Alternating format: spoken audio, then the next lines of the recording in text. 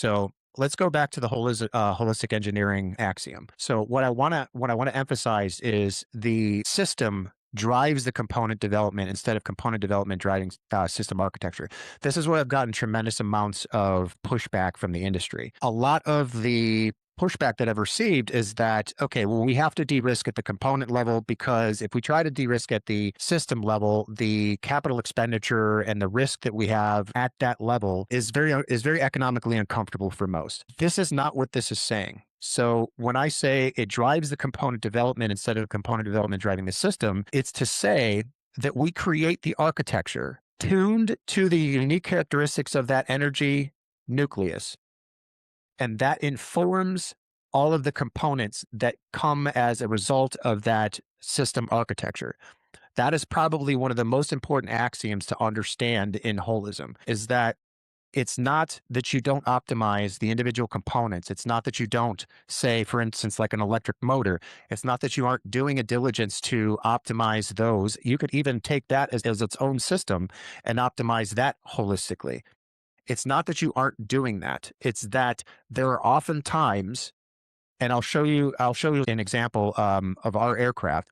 There are often times that if you were to take any of those components and not overlap the geometry, the mechanical function, and the use of energy, you only get singular siloed efficiency gains or power density gains. So in terms of orders of magnitude, you end up falling short. So this is essentially what I just said. So through mismatch of the characteristics of the energy within the system, typically underutilization, waste, and little overlap, you end up sort of falling short. So you end up getting basically a first order gain instead of a second order or multiplicative gain. So we can essentially define this as patchwork. So a couple of the case studies that I wanted to go through, and again, so disclaimer, these will be gross generalizations because there is so much nuance in this. You could essentially turn this into an entire semester lecture at any university. So what I want to examine is the cases of solar wind and concentrated solar power as it pertains to the mismatch of the duck curve, mismatch of production demand. This was known very early on by the Department of Energy, and it has only slowly been recently addressed. And there's a couple of reasons why. Some of it's mindset, some of it's economics. They usually walk hand in hand. And of course, the most relevant here is electric aircraft. The patchwork and the lack of first principles calibration has led to airframes that are not competitive with the incumbent. There's a very important principle here, and I know I kind of get into hot water by pushing this narrative. But one of the difficulties that we're running into is that funding operates on the promise of competitiveness in a market and or cost reduction.